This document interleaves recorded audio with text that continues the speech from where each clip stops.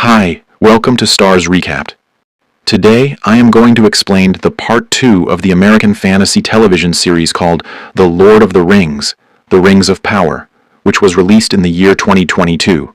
Spoilers ahead, watch out and take care. In part 1 of the series, we saw that this world is under the threat of a threat called Sauron, and Sauron's army is digging tunnels in the ground for some specific purpose. Because the orcs cannot expose themselves to sunlight, the threat posed by Sauron was already foreseen by an elves named Galadriel, so she searches for it all over the world and reaches a mansion called Númenor, where humans live. Although some humans still live in the south of Middle-earth, the orc population in the south is now increasing rapidly. These orcs have captured some elves and humans to help them dig their tunnels.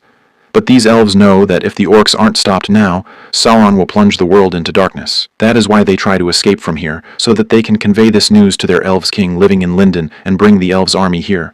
But the orcs do not allow any of them to escape from here and kill all the elves who try to escape. They present the one surviving elves, Arondir, to Adar, as he is the leader of all these orcs. Now at the beginning of part 2, in the Númenor far to the south, we see the queen here. Then she sees that the fury of the ocean is destroying their kingdom. But then her eyes open, because it was a dream. Galadriel arrives a short while later with some documents she found in the library at Númenor. Galadriel tells the queen that Sauron is returning and that he will first destroy the south of Middle-earth. His darkness will then spread across the world.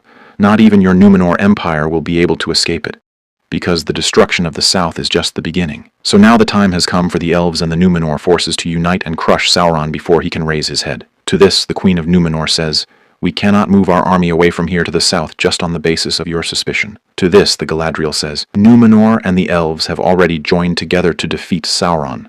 The queen replies, "It has been years since then, and Númenor has chosen its own path. Anyway, even your own lord and the other elves don't trust you that Sauron is alive, so what should we do?" Then Galadriel says, "Then I'll have to speak directly to your father, who is the rightful king of Númenor." The queen becomes angry at this and has Galadriel imprisoned along with her human friend Halbrand. Here, Arondir sees that all these orcs here are willing to sacrifice their lives for a particular cause. The one who fulfills this objective is their leader Adar, before whom all the orcs bow. Then Arondir realizes that he is an elves by looking at his ears, because elves have pointed ears. Adar then comes to Arondir and says, "You have been told so many lies that you are unable to see the truth. Therefore, to solve this issue, we will have to create this world anew. I am leaving you alive.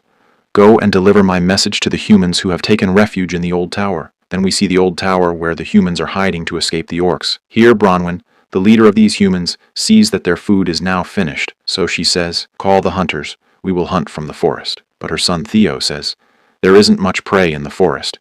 There will only be a few rabbits there. So we'll have to send a team to our old cellar. There's a lot of grain there." To this his mother says, "It's dangerous there, we won't go there." Then we see Theo going down to the basement with his friend without telling his mother. Soon both of them collect a lot of grains from there. But on the way back, Theo said, "Let's check out the bar as well. There must be something there." Going inside, he finds grains scattered there, which he starts collecting. But outside, his friend runs away as the sun sets. Now Theo realizes the danger. But as soon as he comes face to face with it, Theo quickly takes out the sword that the orcs are looking for. Then he attacks the orc and runs away from here. And that orc came outside of the house and said, "Search the boy. The sword of Sauron is in the hand of that boy." But Theo hide inside a well to escape from the orcs.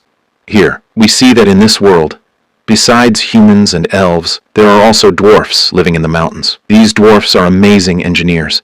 They dig mountains and build their cities and empires inside them. But now these dwarfs have found a special magical stone during excavation, and the king of the elves has sent Elrond to them to find it. Because dwarf's prince Darin is Elrond's childhood friend, dwarfs will not suspect this. We then see that after arriving here, Elrond secretly listens to Darin's conversation. He comes to know that the same magical stone is being excavated in the tunnel, so he quickly reaches that tunnel and opens the door there by speaking the secret password. He also finds marks of that stone there. Then Darin appears and says, "I knew you were here to spy on me." Elrond replies, "Of course not, my friend. I just came here to see you." But Darin says, "Your king must have sent you here for this." Elrond replies, "No, I have come here only for our friendship. I'm not interested in any of that. Whatever is here, or what you're digging up." Darin says, "Then you have to swear on these rocks that whatever I am going to tell you today, you will not mention it to any living person. If you break your vow, The power of these rocks will cast you into a darkness that you and your entire elves race will never recover from, Elrond says. I swear that any secret you tell me will remain to me only. Darin then shows him the stone, whose name is Mithil. Darin says, this will change the fate of our species. It will be the beginning of a new era. Elrond looks at him and says, then why are you keeping it a secret? You should be celebrating. But Darin says, there's a lot of danger in digging it up. Every day our dwarf brothers are getting killed during excavations due to collapse of tunnels. That is why my father has prohibited its excavation. Elrond tries to give him the Mithil back, but Darin says, keep it as a symbol of our friendship. Just then, another tunnel collapses, burying 4 more dwarfs. Here, Halbrand says to Galadriel, the queen did not get angry at all your talk, but she got angry at the mention of meeting her father. Galadriel says to this. This means she is hiding something. Just then the soldiers arrive and say, the queen has ordered that you will be sent to Middle-earth by boat tonight itself. But as soon as she comes out, Galadriel attacks these soldiers and runs towards the queen's father. But when she reaches there, she sees that King's condition is so bad that he is unable to even talk. Then Queen Present there says, very few people know about his condition, so it would be better if this news does not go out. Galadriel says, then we should be friends. Your father and the elves had a good relationship. Then why not yours? The queen explains, our people revolted, so we had to revert to the old ways. I had to become queen in place of my father to end the rebellion. After that, my father brought me here. And in this shrine, he showed me the future of Númenor. As soon as Galadriel places her hand on it, she sees the same vision as the queen. The kingdom of Númenor will be destroyed. The queen says, according to the prophecy, the destruction of Númenor will begin the day an elf sets foot on New Manor. That's why we ended all relations with the elves. But still, you have set foot here, so I want to send you away as soon as possible. But Galadriel says, this could also mean that if the evil forces join me, let the elves and Númenor fight this battle together once again. Here, at the old tower, Bronwyn sees that Theo's friend has returned with the grain, but not her son Theo. There, we see Theo, who is sneaking around to escape from the orcs. The orcs are now spread out everywhere because Theo has found the sword they're looking for. Theo tries to sneak out of here, but then an orc catches him. But before the orc can attack, Arondir comes from behind and kills the orc and runs away with Theo. Now the orcs also start chasing them. These orcs have spread all over the forest, but Arondir is also killing them, but their numbers are too high. Bronwyn then arrives there, and the 3 of them start running towards the sunlight. Arondir soon intercepts them and arrives in the open forest, and now the orcs can't come out because they burn in direct sunlight. Taking advantage of this, the 3 quickly escape. Here, in the mountains, we see Darin arrive and tell us the last dwarf managed to escape from that tunnel. Thankfully no one was killed, but now my father has banned any further digging. We can't dig that stone anymore. Darin gets very angry at his father, to which Elrond reassures him, don't be angry at your father. He needs you. Now he is old, and soon you will be the new king in his place. Then you will understand his importance. Darin immediately goes to his father and apologizes. His father says, I am your father and the king of these dwarfs, and they are all like my children. To this Darin says, okay, father, as you think best. I wanted to ask you one more thing. Elrond has asked me to come with him to his kingdom. Lindon, may I go? His father replies, from your friend's behavior so far, it seems that his king has not sent him here with any wrong intention. But anyway, you should go to Lindon and find out the truth. In the south, we see that the 3 have reached the old tower. Bronwyn becomes upset when she sees Arondir upset, as they both love each other very much. Then Arondir says, the orc chieftain Adar has sent a message to you humans. You will only survive if you surrender your lands to him and kneel before him. If refused, he will come here and attack and leave no one alive. Theo looks at the sword he holds. Then an old man comes and says, I know that you have that sword because I had it before you and you stole it from me. Look, we have the same mark on our hands. It's not just a sword. It's an amazing power. So save your strength, child, because bad things are about to happen. Sauron is returning. Meanwhile, an orc appears and tells Adar that a boy took that sword in the old tower. Further away in the Númenor, we see Queen Regent Miriel, sending Galadriel back to Middle-earth. Just then, the leaves of the white tree begin to fall. This means that something very bad is about to happen. Seeing this, the queen immediately stops Galadriel and announces to her subjects, the white tree's leaves falling is a very ominous sign. The hour of judgment has arrived. The dark forces are rising again in the south of Middle-earth. That's why I'll personally lead a contingent of my army and Galadriel to Middle-earth to rescue my human brothers who are trapped there. After this, the captain orders the army to be formed. Everyone raises their hands and says, We will also join this war. Here, we see Adar staring at the sun. Then an orc comes and says, "Our tunnels are finished." Adar says, "Bring your hand." As soon as the direct sunlight falls, the orc's hand starts burning. Adar laughs and says, "Soon you will all be relieved of this trouble. Now go call the army. The time has come." At the old tower, Bronwyn tells all the humans about Adar's warning.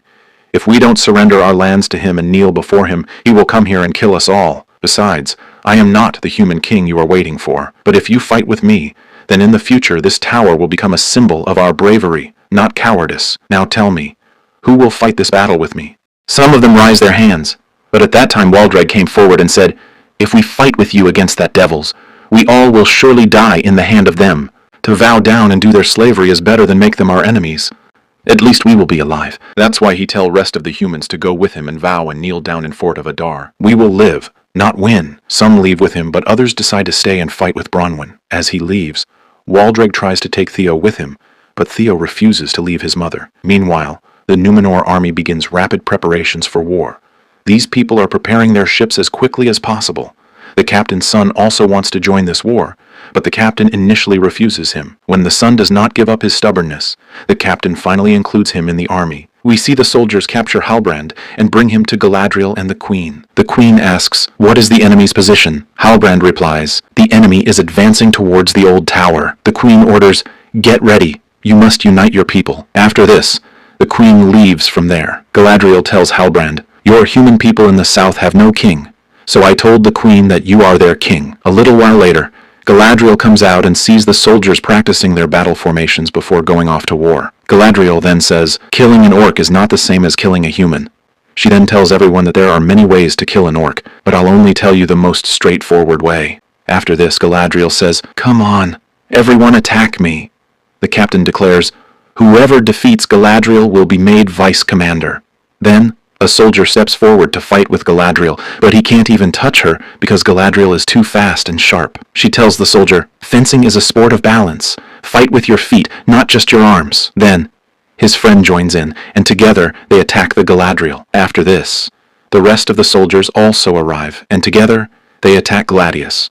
But no one is able to defeat her. Galadriel defeats them all one by one, blocking everyone's attacks. Then, she says, "It takes more than just strength to defeat an orc. It takes wisdom. Although you guys have only been able to cut my cloth, but that is still a big thing." Galadriel makes that soldier a deputy commander. Here, we see the queen's cousin say, "There is great benefit to Númenor in helping humans.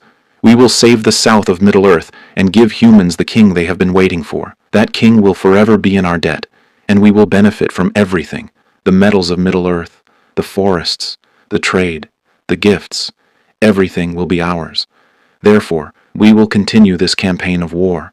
Meanwhile, Queen also comes and tells her father, "Your dream is about to come true. We are going to do what you always wanted to do." To this, her father says, "Do not go to Middle-earth. There you will find only darkness." Meanwhile, in the elves' capital of Lindon, Durin visits Elrond and the elves' king, as the elves wish to make a treaty with dwarfs. After Durin leaves, the elves' king asks Elrond about the new metal that dwarfs has unearthed. Elrond says, "I swore to keep this secret from my friend. I can't tell you about that metal." "Do you know what that metal is?" says the king. "According to our old sagas, an elves' warrior put all his strength into it to save the sacred tree. But the fire demon of Morgoth also used all his strength to destroy that tree. Meanwhile, the tree was struck by lightning, which transmitted its power to the rocks underground. And now, dwarfs has discovered that same power in the form of a metal. Now, only that power can save us, because our sacred tree is slowly dying.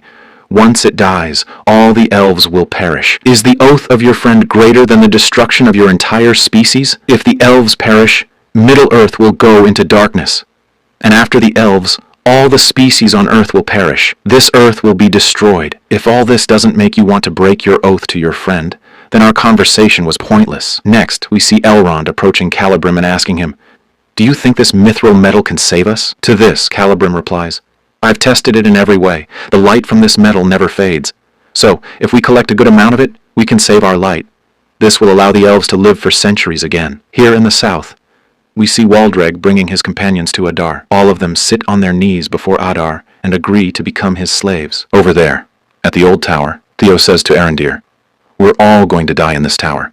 Then why are you staying with us? Arondir replies, after years of observing you humans, I've had the chance to see the goodness and personalities in you. Theo says, half of them left. Arondir replies, but half of them stayed, right? Theo then shows him the sword of Sauron. Arondir says, I've seen it before. When they investigate, they find a rock with Sauron's face on it, along with the sword itself. After this, Arondir tells Bronwyn, it's some kind of key, but what it's used for, I don't know. Adar told me that he was about to settle the orcs in the south.